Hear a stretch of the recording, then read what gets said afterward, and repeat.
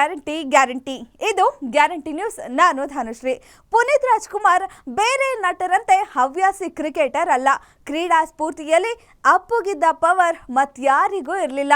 17 ವರ್ಷಗಳಿಂದ RCB cup ಗೆಲ್ಲದಿದ್ರು ಅಭಿಮಾನಿಗಳ ಹೃದಯ ಗೆಲ್ಲೋದಕ್ಕೆ ಕಾರಣ ಪವರ್ ಸ್ಟಾರ್, RCBಯ forever brand ambassador Appu. RCBಯ ಆರಾಧ್ಯ ದೈವ ಅಪ್ಪು. ಯಾಕೆ ಗೊತ್ತಾ? ಇಲ್ಲಿದೆ ನೋಡಿ ಇಂಟ್ರೆಸ್ಟಿಂಗ್ ಸ್ಟೋರಿ.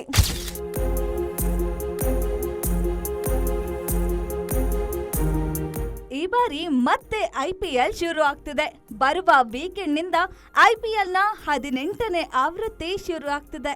ಇದೇ ಮಾರ್ಚ್ 22ರಿಂದ 2 ತಿಂಗಳುಗಳ ಕಾಲ IPL ಮ್ಯಾಚ್ಗಳು ನಡೆಯುತ್ತೆ.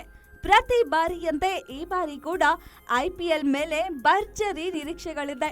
ಇನ್ನು 17 ಸೀಸನ್ಗಳನ್ನ ಮುಗಿಸಿದ್ರು ಒಂದೇ ಒಂದು ಬಾರಿಯೂ ಕಪ್ ಗೆಲ್ಲದ ರಾಯಲ್ ಚಾಲೆಂಜರ್ಸ್ ಬೆಂಗಳೂರು ತಂಡಕ್ಕೆ ಅಭಿಮಾನಿಗಳ ಪ್ರೀತಿಯಲ್ಲಿ ಒಂದಿಂಚು ಕಮ್ಮಿ ಆಗಿಲ್ಲ.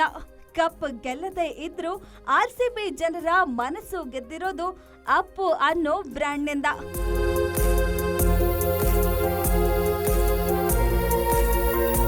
ಹೌದು, ಅಪ್ಪು ಅನ್ನೋ ಪವರ್ ಇವತ್ತಿಗೂ ರಾಯಲ್ ಚಾಲೆಂಜರ್ಸ್ ಬೆಂಗಳೂರನ್ನ ಜಗತ್ತಿನ ಮೋಸ್ಟ್ ಫೇವರಿಟ್ ಕ್ರಿಕೆಟ್ ಫ್ರಾಂಚೈಸಿ ಮಾಡಿದೆ. ಇವತ್ತಿಗೂ ರಾಯಲ್ ಚಾಲೆಂಜರ್ಸ್ ಬೆಂಗಳೂರು ಫ್ರಾಂಚೈಸಿ ಕೂಡ ಇದನ್ನ ಮರೆತಿಲ್ಲ.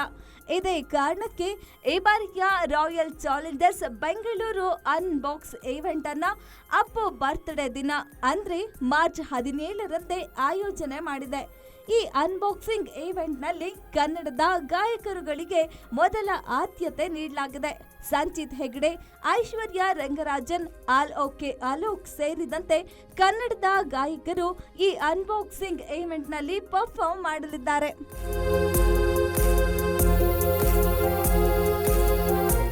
ಇನ್ನು ಕಳೆದ ಬಾರಿ ಅಂದ್ರೆ 2024ರಲ್ಲಿ ರಾಯಲ್ ಚಾಲೆಂಜರ್ಸ್ ಬೆಂಗಳೂರು ಇದ್ದ ಫ್ರಾಂಚೈಸಿ ಹೆಸರನ್ನ ರಾಯಲ್ ಚಾಲೆಂಜರ್ಸ್ ಬೆಂಗಳೂರು ಅಂತ ಬದಲಾಯಿಸಿ ಹಲವು ವರ್ಷಗಳ ಅಭಿಮಾನಿ ಕನಸುಗಳನ್ನ ಈಡೇರಿಸಿತ್ತು RCB ತನ್ನ ತಂಡಕ್ಕೆ ಹೊಸ ಹೆಸರು, ಹೊಸ ಲೋಗೋ ಹಾಗೂ ಹೊಸ ಲುಕ್ ಅನ್ನ ನೀಡಿತು.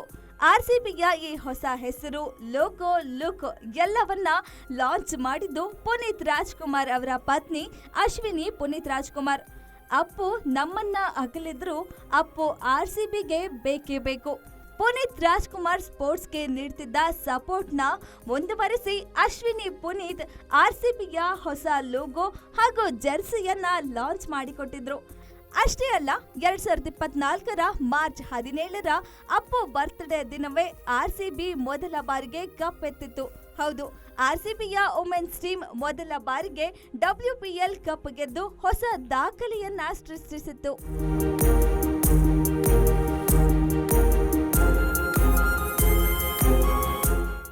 ಇನ್ನು 2010ರಲ್ಲಿ ಅಪ್ಪು ಅಧಿಕೃತವಾಗಿ RCBಯ ಬ್ರ್ಯಾಂಡ್ ಅಂಬಾಸಿಡರ್ ಆಗಿ RCB ತಂಡಕ್ಕೆ ಸ್ಫೂರ್ತಿ ತುಂಬೋಕೆ ಒಪ್ಪಿಕೊಂಡು ಅಖಾಡಕ್ಕೆ ಇಳಿದ್ರು.